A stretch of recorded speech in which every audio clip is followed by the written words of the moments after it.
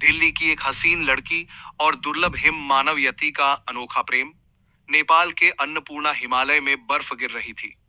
पूरी घाटी सफेद चादर में लिपटी थी, लेकिन इस बर्फीली ठंड में भी सुशीला का जिस्म हल्का गर्म था। न जाने क्यों, मगर उसे लग रहा था कि कुछ खास होने वाला है। रात आधी बीत चुकी थी। उसके दोस्त टेंट में सो चुके थे, मगर उसे नींद नहीं आ रही थी। दिल में एक अजीब सी बेचैनी थी, जैसे कोई अनदेखी ताकत उसे बुला रही हो। एक अजीब रोमांच ने उसे घेर लिया था। हल्की सर्दियों की जैकेट में लिपटी वह अकेले ही पहाड़ के उस ओर निकल गई, जहां घना अंधेरा था। बर्फ के बीच से गुजरते हुए उसकी सांसें तेज हो रही थीं। तभी अचानक हवा भारी हो गई, जैसे कोई बहुत विशाल चीज उसके करीब आ गई हो। उसने महसूस किया कोई उसे देख रहा था। पीछे मुड़ते ही उसकी आंखें फैल गईं।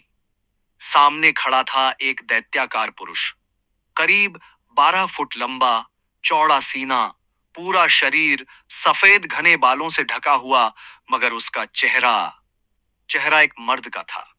उसकी आंखें किसी जंगली जानवर की तरह चमक रही थीं, मगर उनमें कुछ और भी था। एक अजीब सा खिंचाव, जैसे वह सुशीला को भीतर तक टटोल रहा हो। सुशीला की सांस अटक गई। डर और रोमांच के बीच उसका बदन सिहर उठा। उसने जल्दी से एक कदम पीछे लिया, मगर बर्फ पर फिसल गई। आह! वह जमीन पर गिरी। उसकी जैकेट थोड़ी ऊपर सरक गई और ठंडी बर्फ ने उसकी नंगी जांघों को छू लिया। एक तीखी ठंडक पूरे शरीर में दौड़ गई, मगर अगले ही पल यति ने झुककर उसकी तरफ हाथ बढ़ाया। उसकी बड़ी गर्म हथेली सुशीला के पैरों के पास थी। उस हाथ से एक अजीब सी गर्मी निकल रही थी, जैसे आग की लपटें बर्फ में छिपी हों।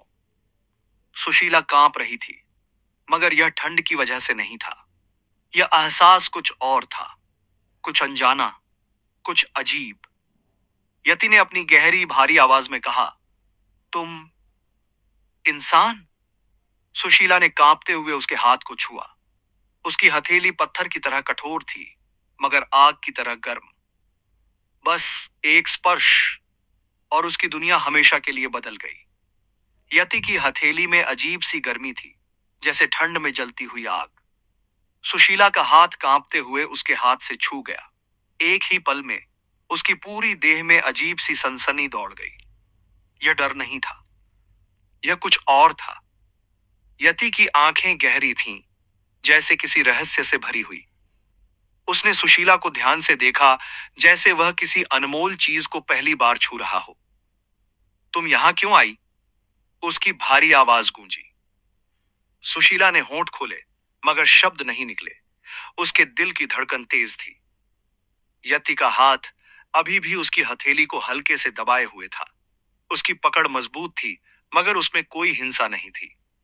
वह सुशीला को एकटक देख रहा था, जैसे वह उसके भीतर तक झांक रहा हो। रहस्यमय आकर्षण। सुशीला धीरे से उठी, मगर उसका पैर अब भी लड़खड़ा रहा था। यति ने बिना कुछ कहे उसकी कमर पर हाथ रख दिया। सुशीला सिहर उठी। उसके शरीर से एक तीव्र गर्मी निकल रही थी, जिससे सुशीला की ठिठुरन खत्म हो रही थी। मगर यह गर्मी सिर्फ बाहरी नहीं थी, यह उसके अंदर तक उतर रही थी। तुम इंसानों से अलग हो, यति ने कहा। उसकी गहरी आंखें सुशीला के चेहरे पर जमी थीं। सुशीला के गालों पर हल्की गुलाबी रंगत आ गई। वह खुद नहीं समझ पा रही थी कि यह ठंड की वजह से था या कुछ और। मैं बस यहां घूमने आई थी, उसने किसी तरह कहा। यति थोड़ा और झुका। उसकी सांसें अब सुशीला के चेहरे के पास थीं। वह गर्म और भारी थीं। तुम मुझसे डरती हो? सुशीला ने आंखें उठाईं। वह पहली बार पूरी तरह से उसके चेहरे को देख रही थी। वह जानवर की तरह लग रहा था, मगर उसकी आंखें, वे एक मर्द की थीं, गहरी, तीव्र और कुछ खोजती हुई। मुझे नहीं पता, सुशीला ने धीरे से कहा। यति के होठों पर हल्की मुस्कान आई। अच्छा है, उसने कहा और धीरे से सुशीला का हाथ छोड़ दिया। मगर सुशीला को लगा जैसे उसके हाथ से कोई जादू छूट गया हो। रात का रहस्य। सुशीला अब तक अपने दोस्तों से बहुत दूर निकल आई थी।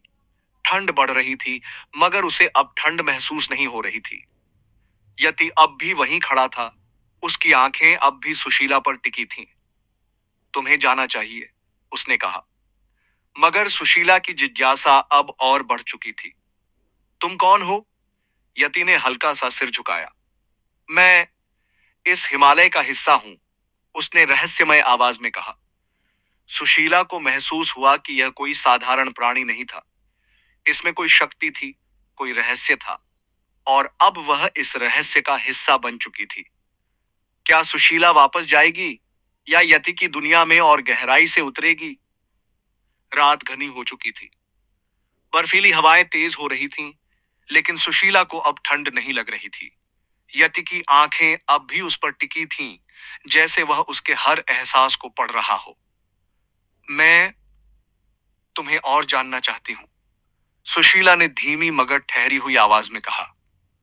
यति कुछ पल चुप रहा, फिर उसने अपनी विशाल भुजाएं फैलाई और इशारा किया। मेरे साथ चलो। सुशीला एक पल के लिए झिझकी, मगर फिर जाने क्यों उसके कदम खुद ब खुद आगे बढ़ गए, हिमालय के रहस्यों की ओर। यति ने सुशीला का हाथ थामा और वह एक गर्म लहर की तरह पूरे शरीर में दौड़ गया। उसके स्पर्श में अजीब सी ताकत थी, एक सम्मोहन, एक सुरक्षा। वह दोनों गहरे अंधेरे में उतर गए।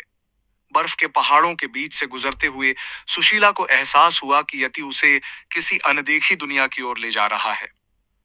थोड़ी देर बाद वे एक गुफा के पास पहुंचे। यह कोई साधारण गुफा नहीं थी। इसके प्रवेश द्वार पर अजीब से चिन्ह उकेरे गए थे, जो नीली रोशनी में चमक रहे थे। यह क्या है? सुशीला ने पूछा। यह मेरे साम्राज्य का प्रवेश द्वार है, यति ने गहरी आवाज में कहा। सुशीला की आंखें चौड़ी हो गईं। रहस्यमयी नगरी। जैसे ही वे अंदर पहुंचे, सुशीला के पैरों तले जमीन खिसक गई। यह कोई साधारण गुफा नहीं थी, यह एक छिपी हुई नगरी थी। बर्फीले पहाड़ों के बीच एक विशालकाय शहर बसा था। चारों तरफ रोशनी के अजीब स्रोत थे, जो बिना किसी मशाल या बिजली के जल रहे थे। हवाओं में एक अद्भुत संगीत गूंज रहा था, जैसे प्रकृति खुद कोई गीत गा रही हो। सुशीला ने चारों तरफ देखा। बड़े बड़े सफेद बालों वाले, मगर मनुष्य जैसे चेहरे वाले प्राणी इधर उधर घूम रहे थे। वे सब एक जैसी भाषा में बात कर रहे थे, जो सुशीला ने पहले कभी नहीं सुनी थी। यति मुस्कुराया। यह मेरा घर है, यह मेरी दुनिया है। राजकुमार का रहस्य। तभी वहां के कुछ प्राणी उनके पास आए। वे यति को देख बहुत ही आदर से झुक गए। स्वागत है राजकुमार। राजकुमार? सुशीला हक्की बक्की रह गई। तुम यहाँ के राजा हो? उसकी आवाज कांप रही थी। यति ने उसकी तरफ देखा। उसकी आंखों में एक गहरी चमक थी। हाँ, मैं इस साम्राज्य का राजकुमार हूं, और अब तुम इस रहस्य का हिस्सा बन चुकी हो। क्या सुशीला इस दुनिया को अपनाएगी? क्या यह प्रेम और गहराएगा? सुशीला का दिल तेजी से धड़क रहा था। सामने खड़ा यह 12 फुट लंबा हिम मानव सिर्फ कोई रहस्यमय प्राणी नहीं, बल्कि एक पूरा साम्राज्य का राजकुमार था। चारों ओर सफेद बालों वाले विशाल यति सिर झुकाकर उसका अभिवादन कर रहे थे। उनकी आंखों में श्रद्धा थी, मगर उनके चेहरों पर सवाल भी थे। यह इंसान यहाँ क्या कर रही है? यति ने सुशीला की ओर देखा। उसकी आंखों में एक अलग ही चमक थी। तुम अब मेरी दुनिया का हिस्सा बन चुकी हो। क्या तुम इसे अपनाने के लिए तैयार हो? सुशीला की सांस अटक गई। एक तरफ वे पहिरेरिया इस पूरी दुनिया से रोमांचित थी, दूसरी तरफ एक अजीब सा खिंचाव उसे यति की ओर खींच रहा था। अनकहा आकर्षण। यति ने अपना विशाल हाथ सुशीला की ओर बढ़ाया। उसकी हथेली बड़ी, गर्म और मजबूत थी। सुशीला ने झिझकते हुए अपना हाथ आगे बढ़ाया, और जैसे ही उसने यति की हथेली को छुआ, उसकी पूरी देह में एक अजीब सी लहर दौड़ गई। यह सिर्फ एक स्पर्श नहीं था, यह कुछ और था। यति ने धीरे से उसे अपनी ओर खींचा। सुशीला अब उससे बस कुछ ही इंच की दूरी पर थी। उसकी सांसें तेज हो गईं। तुम्हें डर लग रहा है? यति ने गहरी मगर नरम आवाज में पूछा। सुशीला ने उसकी आंखों में झांका। वहां न तो कोई वहशियत थी, न ही कोई क्रूरता। वहां बस एक अनकहा प्यार था, एक गहराई जिसने उसे कैद कर लिया था। नहीं। सुशीला के होठों से हल्की सी सरसराहट निकली। प्रेम का स्वीकार। यति ने धीरे से उसकी ठोड़ी को ऊपर किया और उसकी आंखों में झांका। उसके विशाल हाथों के बीच सुशीला को पहली बार इतना नाजुक और छोटा महसूस हुआ, मगर उसे कोई असहजता नहीं थी। उल्टा, उसकी देह में अजीब सी गर्मी दौड़ रही थी। अगर तुम चाहो तो मैं तुम्हें तुम्हारी दुनिया में वापस भेज सकता हूं, यति ने कहा। सुशीला के दिल में हलचल मच गई। क्या वह वापस जाना चाहती थी? दिल से एक ही जवाब आया, नहीं। यति के होंठों पर हल्की सी मुस्कान आ गई। उसने सुशीला की हथेली अपने दोनों हाथों में ली और आसमान की ओर देखा। विवाह का अटूट बंधन। हजारों यति अब उनके चारों ओर खड़े हो गए थे। एक गहरी, गूंजती हुई आवाज में वे कुछ बुदबुदाने लगे। यह उनकी प्राचीन भाषा थी। यह विवाह की रस्म थी। अचानक पूरी नगरी में एक गोल्डन रोशनी फैल गई। यति ने सुशीला की ओर देखा और धीरे से कहा, अब तुम मेरी हो और मैं तुम्हारा। क्या यह प्रेम केवल एक आकर्षण था या कुछ और गहरा? आगे क्या मोड़ आए भाई, यह मोड़ आएगा। सुशीला अब सिर्फ एक आम लड़की नहीं रही थी। वह अब हिम मानवों के रहस्यमय साम्राज्य की रानी बन चुकी थी। यति के साथ उसका यह अनूठा विवाह सिर्फ एक बंधन नहीं था, बल्कि दो दुनियाओं के बीच पहला ऐसा मिलन था जिसे कोई इंसान पहले कभी समझ नहीं पाया था। लेकिन प्रेम की परीक्षा अभी बाकी थी। पहली रात की रहस्यमय अनुभूति। विवाह की रस्म के बाद सुशीला और यति एक भव्य बर्फीले महल में पहुंचे। यह महल अंदर से किसी स्वर्ग से कम नहीं था। दीवारों पर बर्फ के झूमर लटक रहे थे जो किसी जादू की तरह चमक रहे थे। सुशीला ने महसूस किया कि जैसे यह पूरी दुनिया उसे अपनाने को तैयार थी, लेकिन फिर भी उसके अंदर हल्की घबराहट थी। यति ने धीरे से उसका हाथ पकड़ा। क्या तुम खुश हो? सुशीला ने यति की गहरी नीली आंखों में देखा, जहां प्यार और अपनापन झलक रहा था। हाँ, पर वह कुछ कहते कहते रुक गई। यति मुस्कुराया। तुम्हें डर लग रहा है? सुशीला ने सिर हिला दिया। यति ने एक गहरी सांस ली और धीरे से उसकी कमर पर हाथ रखा। सुशीला को लगा जैसे बर्फ की ठंड और आग की गर्मी एक साथ उसके शरीर में दौड़ गई हो। यति ने सुशीला के बालों को धीरे से सहलाया। तुम अब मेरी हो, लेकिन मैं तुम्हें कोई मजबूरी का एहसास नहीं कराना चाहता। सुशीला का निर्णय। उसने यति का हाथ थामा और हल्की मुस्कान के साथ कहा, मैं यहां दिल से आई हूं और मैं पूरी तरह तुम्हारी हूं। यति की आंखों में चमक आ गई। उसने सुशीला को अपनी बाहों में उठा लिया और उसे धीरे धीरे बर्फीले बिस्तर पर रख दिया। सुशीला की सांसें तेज हो गईं। उस रात हिमालय के उस अदृश्य साम्राज्य में एक इंसान और एक हिम मानव का पहला वास्तविक मिलन हुआ। एक नया जीवन, एक नई उम्मीद। समय बीतता गया। सुशीला अब पूरी तरह से इस दुनिया का हिस्सा बन गई थी। कुछ महीनों बाद एक अनोखी खबर पूरे साम्राज्य में गूंज उठी। सुशीला मां बनने वाली थी। यह सिर्फ एक संतान का जन्म नहीं था, बल्कि इंसानों और हिम मानवों के बीच एक नया युग शुरू होने वाला था। यति का चेहरा गर्व से चमक उठा। उसने सुशीला की हथेली को थामा और धीरे से कहा, यह बच्चा केवल हमारा नहीं होगा, यह दो दुनियाओं का भविष्य होगा। क्या यह बच्चा सामान्य होगा या उसमें भी कोई रहस्यमयी शक्ति होगी? आगे क्या होगा? सुशीला का गर्भ धीरे धीरे बढ़ने लगा। यति साम्राज्य में यह पहली बार था कि कोई इंसानी रक्त वाला बच्चा जन्म लेने वाला था। पूरी नगरी में एक अजीब सी हलचल थी। कुछ आश्चर्यचकित थे, कुछ उत्साहित, तो कुछ चिंतित। यति हर समय सुशीला का ख्याल रखता, उसे सबसे सुरक्षित स्थानों पर ले जाता, उसके खाने पीने का ध्यान रखता। मगर सुशीला को अजीब सपने आने लगे थे। एक डरावनी परछाई जो उसे अंधेरे में घसीटने की कोशिश कर रही थी। अज्ञात शक्तियां जो उसके अजन्मे बच्चे के बारे में फुसफुसा रही थीं। हिमालय के गहरे गुफाओं से आती रहस्यमय आवाजें। यति ने सुशीला को अपने करीब खींचा और गंभीर स्वर में कहा, तुम्हारे सपने कोई सामान्य बात नहीं है। शायद हमारे बच्चे से किसी को खतरा महसूस हो रहा है। अज्ञात शक्ति का आगमन। एक रात जब पूरा साम्राज्य गहरी नींद में था, अचानक पहाड़ों में भयंकर तूफान उठा। बर्फीली हवाएं चीखने लगीं और अंधेरे से एक विशाल काली आकृति उभरने लगी। महल के द्वार पर एक छायामय प्राणी खड़ा था। उसका शरीर अंधकार में लिपटा हुआ था और उसकी आंखें जलती हुई अंगारों की तरह चमक रही थीं। इंसान और यति का यह मिलन प्राकृतिक नहीं है।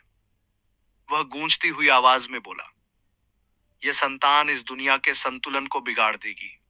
सच्चाई सामने आई। यति ने सुशीला को अपने पीछे कर लिया। उसकी आंखों में गुस्से की ज्वाला थी। तुम कौन हो? उसने गरजते हुए पूछा। वह छायामय प्राणी हंसा। मैं वह हूं जिसे तुम भूल चुके हो। मैं वह शक्ति हूं जिसे हिमालय ने सदियों से कैद कर रखा था। लेकिन अब तुम्हारा यह अपवित्र प्रेम मेरी मुक्ति का द्वार बन चुका है। सुशीला को अचानक महसूस हुआ कि उसके पेट में एक अजीब सी हलचल हो रही थी, जैसे कोई शक्ति अंदर जाग रही हो। यति ने अपनी विशालकाय शक्ति से उस प्राणी पर वार किया, मगर वह बस एक धुंध की तरह बिखर गया। उसकी आवाज अभी भी गूंज रही थी। यह संतान सिर्फ तुम्हारी नहीं है, यह मेरे भाग्य का हिस्सा भी है। खतरे का एहसास। उस रात के बाद यति और सुशीला को एहसास हो गया कि उनका बच्चा सिर्फ एक संतान नहीं, बल्कि एक रहस्यमयी शक्ति का केंद्र बनने जा रहा था। अब सवाल यह था, क्या यह शक्ति शुभ होगी या अशुभ? क्या यति और सुशीला अपने बच्चे की रक्षा कर पाएंगे? सुशीला अब पहले जैसी नहीं रही थी। उसका शरीर भारी था, पर आत्मा और भी मजबूत हो चुकी थी। उसके गर्भ में पल रहे बच्चे से अजीब ऊर्जा निकलती थी, कभी हल्की रोशनी की तरह, तो कभी ठंडी बर्फ की लहरों की तरह। यति भी बेचैन था। उसे एहसास हो चुका था कि उसका परिवार अब सिर्फ एक व्यक्तिगत खुशी नहीं, बल्कि दो दुनियाओं के भविष्य की चाबी बन चुका था। हिमालय के अंधकार में छिपा दुश्मन। यति के बुजुर्ग सलाहकारों ने उसे बुलाया और कहा, यह बच्चा हिमालय की नियति बदल सकता है, लेकिन जिस छायामय शक्ति ने हमला किया, वह इतनी आसानी से हार नहीं मानेगी। सुशीला ने घबराकर यति की ओर देखा। तो हमें क्या करना चाहिए? एक बुजुर्ग यति ने गहरी आवाज में कहा, हमें तुम्हें अग्नि पर्वत ले जाना होगा। वहां इस बच्चे की शक्ति का परीक्षण होगा। अगर यह शक्ति नियंत्रित न की गई तो यह पूरी दुनिया के लिए खतरा बन सकती है। यति और सुशीला की यात्रा। रात के अंधेरे में यति और सुशीला को गुप्त मार्गों से अग्नि पर्वत की ओर ले जाया गया। उनके साथ 10 सबसे शक्तिशाली यति योद्धा थे, जो सुरक्षा के लिए तैनात थे। लेकिन जैसे ही उन्होंने हिम घाटी पार की, अचानक पहाड़ कांपने लगे। भयंकर चीखें गूंजने लगीं। वो आ गया! एक यति योद्धा चिल्लाया। सुशीला ने पीछे मुड़कर देखा। अंधेरे में वही छायामय शक्ति दौड़ती आ रही थी। उसकी आंखों में जलती हुई आग थी। मौत का हमला। यति ने सुशीला को कसकर पकड़ा और गर्जा, अब यह अंतिम युद्ध होगा। यति ने अपनी पूरी शक्ति से हमला किया, पर वह छाया हर बार बच जाती। इसी बीच सुशीला के गर्भ में भयंकर हलचल हुई। बच्चे की शक्ति का पहला प्रहार। अचानक सुशीला के पेट से एक सुनहरी रोशनी फूटी। यह रोशनी इतनी तीव्र थी कि पूरी बर्फीली घाटी सुनहरे प्रकाश में नहा गई। छायामय शक्ति दर्द से चीखने लगी, यह शक्ति असंभव! यति ने तुरंत सुशीला को देखा। उसकी आंखें अब जलती हुई स्वर्णिम रोशनी से चमक रही थीं। सुशीला ने अपने पेट पर हाथ रखा और कहा, मेरा बेटा सिर्फ मेरा नहीं, यह इस पूरी दुनिया का भविष्य है। अगला क्या होगा? छायामय शक्ति बिलखती हुई गायब हो गई। लेकिन क्या यह उसकी हार थी या बस एक शुरुआत? क्या सुशीला का बेटा दुनिया को बचाने वाला महान योद्धा बनेगा, या यह शक्ति उसे विनाश की ओर ले जाएगी? अग्नि पर्वत की पवित्र भूमि पर सुशीला का शरीर थकान से कांप रहा था, लेकिन उसकी आंखों में जलती हुई रोशनी किसी रहस्य से कम नहीं थी। यति साम्राज्य में पहली बार एक आधा मानव आधा यति संतान जन्म लेने वाली थी। एक ऐसा बच्चा जिसकी शक्ति किसी को नहीं पता थी। यति ने सुशीला को अपने विशाल हाथों में थाम लिया। चारों ओर बर्फ की चोटियां श्वेत अग्नि की तरह चमक रही थीं। तभी सुशीला के गर्भ से फिर से गर्म सुनहरी रोशनी फूटी। एक असाधारण जन्म। उस रात जब पूरा साम्राज्य सो रहा था, यति और सुशीला के बीच कुछ ऐसा घटा जिसे न यति योद्धा समझ सकते थे और न ही महान ऋषि। बर्फीली हवाओं ने थमना बंद कर दिया। हिमालय की चोटियां झुकने लगीं। हवा में मंत्र गूंजने लगे। और तभी एक दिव्य बच्चा जन्मा। दो दुनियाओं का संगम। उसका शरीर मनुष्यों जैसा था, लेकिन उसकी त्वचा बर्फ की तरह ठंडी और चमकदार थी। उसकी आंखें गहरी नीली थीं, जैसे आकाश और समुद्र का संगम हो। उसकी मुट्ठियां बंद थीं, लेकिन उसके स्पर्श से जमीन पर फूल खिलने लगे। बुजुर्ग यति ने कांपती आवाज में कहा, यह कोई साधारण संतान नहीं, यह हिमालय का भविष्य है। यति और सुशीला ने एक दूसरे को देखा।